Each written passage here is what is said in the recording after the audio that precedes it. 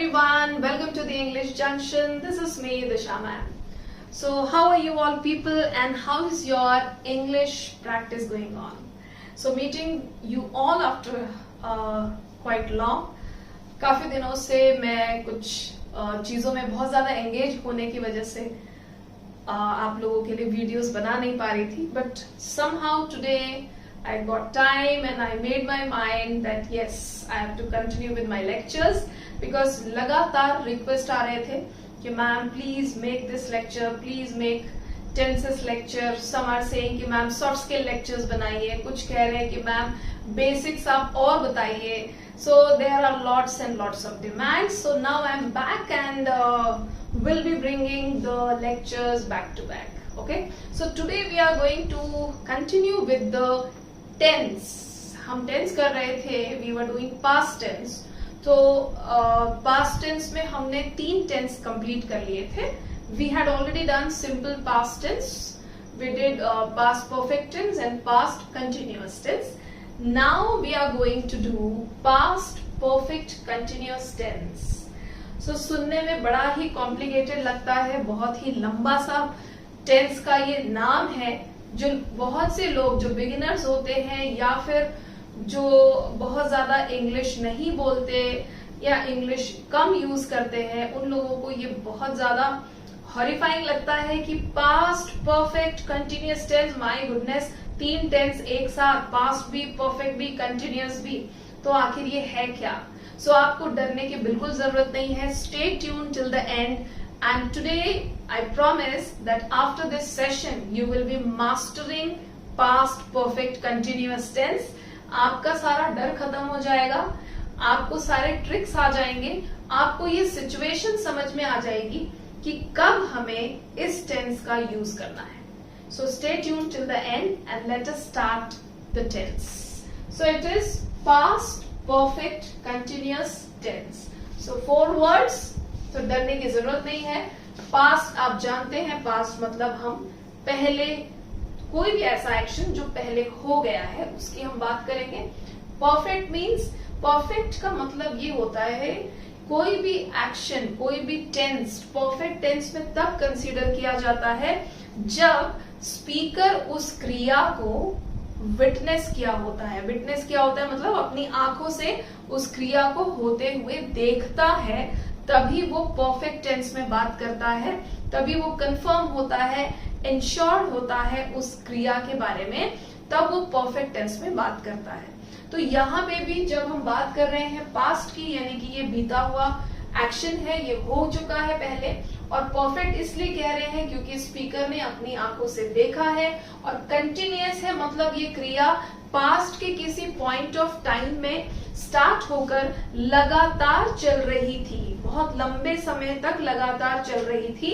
लेकिन थी कैसे हम डिसाइड करेंगे? थी इसलिए क्योंकि जब स्पीकर उसके बारे में मेंशन कर रहा है उसके पहले वो क्रिया रुक गई है. सो एक सर्टेन पॉइंट ऑफ टाइम में एक एक्शन स्टार्ट होता है, पास्ट के पॉइंट ऑफ टाइम में वो लगातार चलता रहता है, और स्पीकर ने देखा है, स्पीकर उसे होते हुए देख रहा था पास्ट के पॉइंट ऑफ टाइम से, और जब वो रुक गया वो कंटिन्यूड एक्शन, उसके बाद स्पीकर उसके बारे में जिक्र कर रहा है, बता रहा है, मेंशन कर रहा है किसी और को कि उस समय से ये क्रिया लगातार चलती आ रही थी. सो ये होता है पास्ट परफेक्ट कंटिन्यूअस टेंस. अब मैं आपको एक और एग्जाम्पल के थ्रू एक्सप्लेन करती हूँ जिससे आपको बहुत जल्दी समझ में आएगा. So let us consider rain. Suppose this is a point of time in the past. ये पास्ट का पॉइंट ऑफ टाइम है जिसमें बारिश स्टार्ट हुई. तो यहाँ पे हम लिखते हैं रेन स्टार्टेड. ओके, इस पॉइंट ऑफ टाइम में बारिश स्टार्ट हुई, ये लगातार चली.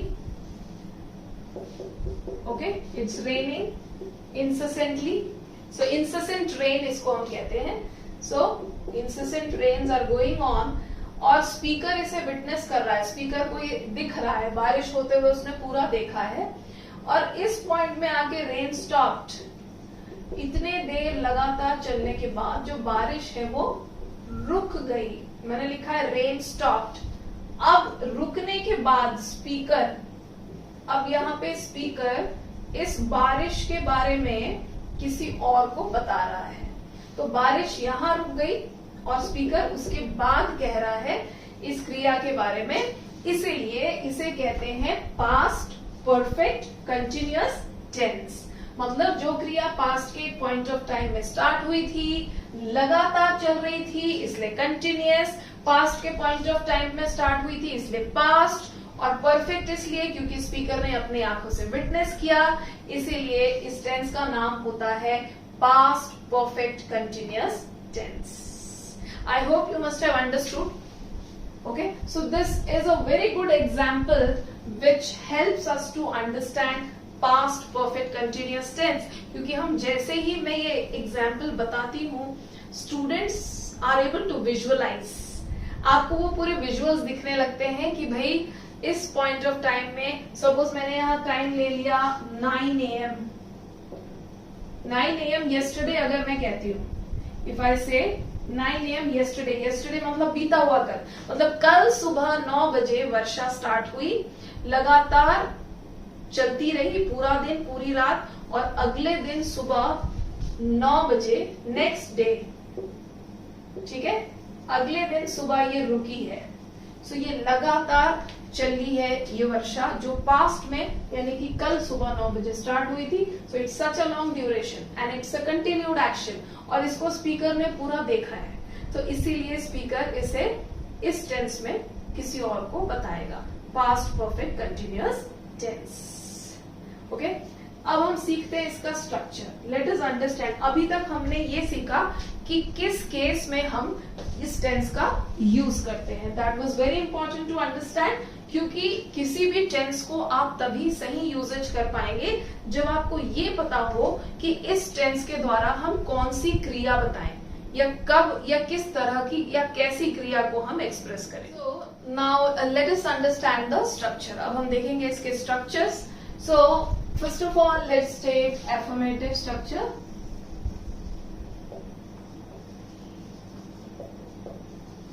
Affirmative means positive. So subject plus had for past tense, perfect के लिए यूज होता है been, और continuous के लिए यूज होता है be4, that is the ing form of the verb plus object. तो ये हो गए हमारा affirmative structure, subject plus had plus been plus ing form of the verb plus object. So let us take one example. Let us take rains only. It had been raining.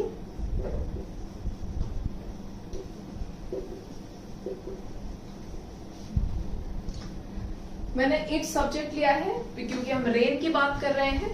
It is used for non-living things and animals. So it had been raining.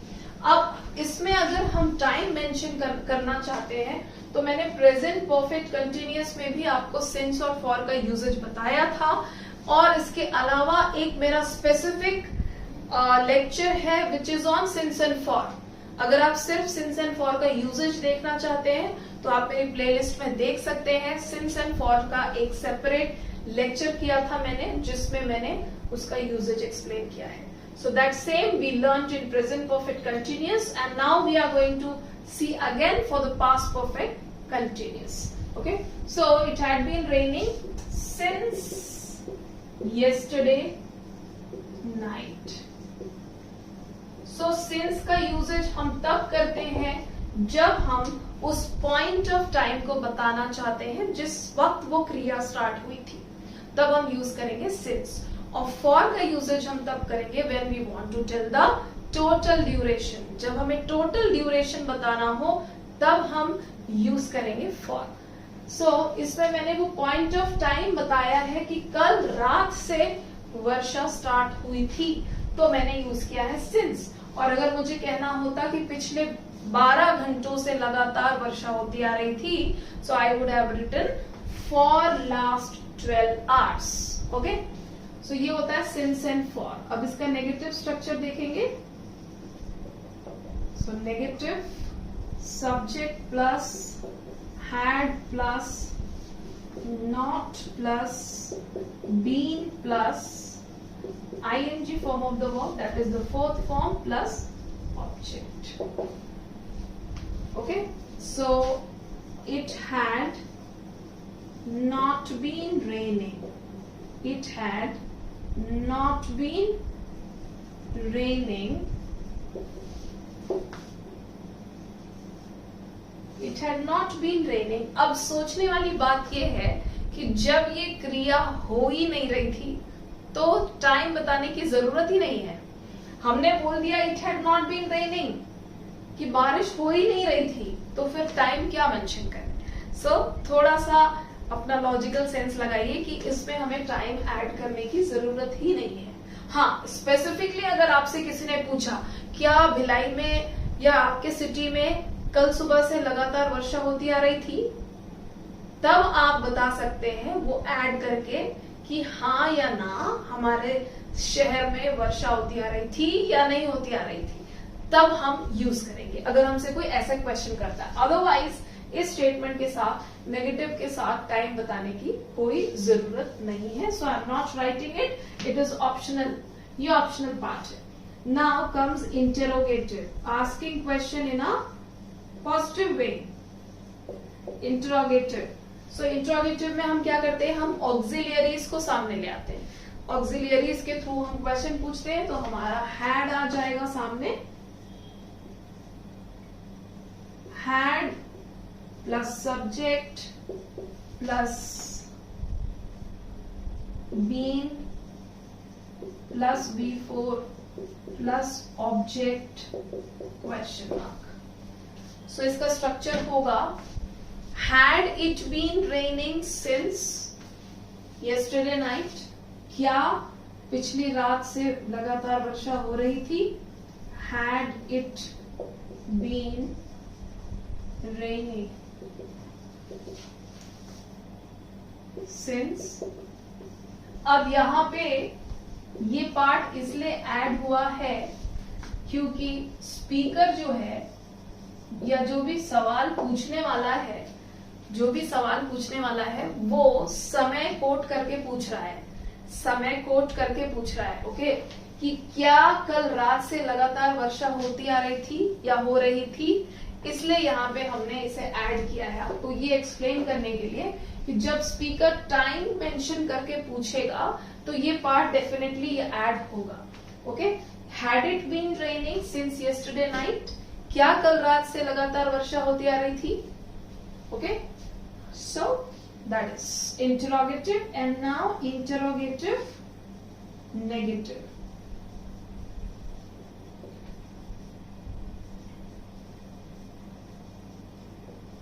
Asking question with a negative approach.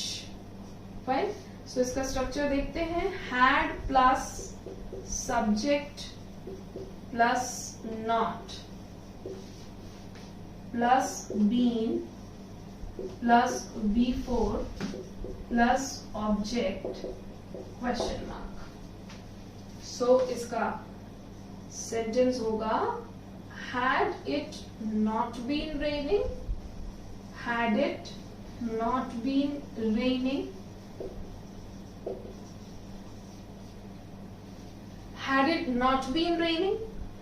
अब फिर से वही बात आती है, पूछने वाले पर डिपेंड करता है कि वो समय कोट करके पूछ रहा है या जनरली पूछ रहा है. क्या आपके शहर में वर्षा नहीं हो रही थी? हमारे शहर में तो बहुत ज्यादा वर्षा हो रही थी. क्या आपके शहर में वर्षा नहीं हो रही थी या बारिश नहीं हो रही थी? या फिर वो टाइम मेंशन करके पूछ सकता है क्या कल रात से आपके शहर में वर्षा नहीं हो रही थी.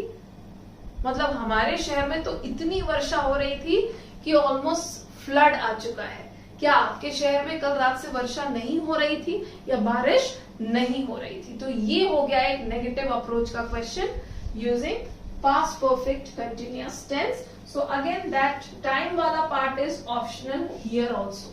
वो भी स्पीकर के पूछने पर डिपेंड करता है. अगर मेंशन करना है तो आप इसी तरीके से सिंस या फॉर के साथ टाइम मेंशन कर सकते हैं. Okay, so this was all about the structure of past perfect continuous tense. इसमें एक चीज बहुत अच्छी है जो मेरे सारे स्टूडेंट्स के लिए मैं बता दूं, आपको यहाँ पे सारे सब्जेक्ट्स के साथ एक फिटिंग हेल्पिंग वर्ब मिलता है हैड। हैड के साथ there is no confusion. Had सारे सब्जेक्ट्स के साथ फिटिंग होता है। आपका सब्जेक्ट सिंगुलर हो, प्लूरल हो, फर्स्ट पर्सन हो, सेकंड पर्सन हो, थर्ड पर्सन हो, व्हाटएवर, कोई भी सब्जेक्ट हो, नाउन हो या प्रोनाउन हो, had fits with all the subjects in this particular tense. Okay, so सारे confusions होते हैं प्रेजेंट में। प्रेजेंट परफेक्ट में has या have, प्रेजेंट परफेक्ट कंटिन्यूअस में has या have. So there we have to think, वहां हमें ध्यान रखना होता है कि थर्ड पर्सन सिंगुलर सब्जेक्ट्स के साथ ही has लगेगा, अदरवाइज have लगेगा, I और you के साथ have लगेगा। लेकिन यहाँ आपको वो सब सोचने की जरूरत नहीं है। जैसे डिड सारे सब्जेक्ट्स के साथ फिट होता है in the simple past tense, उसी तरीके से हैड जो है पास्ट परफेक्ट में और पास्ट परफेक्ट कंटिन्यूअस में सारे सब्जेक्ट्स के साथ फिट होता है। सो इजंट दैट अमेजिंग? सुनने में ऐसा लगता होगा कि शायद पास्ट परफेक्ट कंटिन्यूअस ज्यादा डिफिकल्ट होगा, but it's not like that. Okay, so definitely through this structure you must have understood the usage, the need and the purpose of using this particular tense and the structure of it in all the four cases: affirmative, negative, interrogative and interrogative negative. Now let us take one more set of examples as we always take before leaving. So एक और set of examples हम देखते हैं। Let us take yes, मैं अपना ही example ले लेती हूँ। I had been teaching English for past 19 years. लेकिन had been मेरे रियल लाइफ से मैच नहीं करेगा, क्योंकि had been का मतलब ये होता है कि मैंने वो एक्शन स्टॉप कर दिया, but I haven't stopped it और मैं स्टॉप करने वाली हूं भी नहीं। Okay, I will keep on teaching grammar and English and speaking and communication skills to people both in online and offline mode. So jokes apart, so I want to just give an example, इसलिए मैंने ये लिया है, ठीक है। I had been teaching English. Okay, I had been teaching English for past 19 years or since 2003. So I had been teaching English since 2003. I had not been teaching English since 2003. Had I been teaching English since 2003? Had I not been teaching English since 2003? Alright. So this was all about past perfect continuous tense. इतने सारे tense एक साथ जो कि हमने सीख लिए हैं, and I hope this is going to be really helpful. So do practice and at least 5 set of examples तो जरूर बनाएं, और जिसमें से 1 set आपको मैसेज बॉक्स में, कमेंट बॉक्स में लिखना है। I will be waiting for your responses. Okay, so on this note it's time to go, and do like, share and subscribe to my channel. Also like my Instagram and Facebook page. Do a lot of practice. Keep on speaking. Learn each day. Learn new words, new vocabulary. Do not miss to practice grammar and implement in your day-to-day life conversation.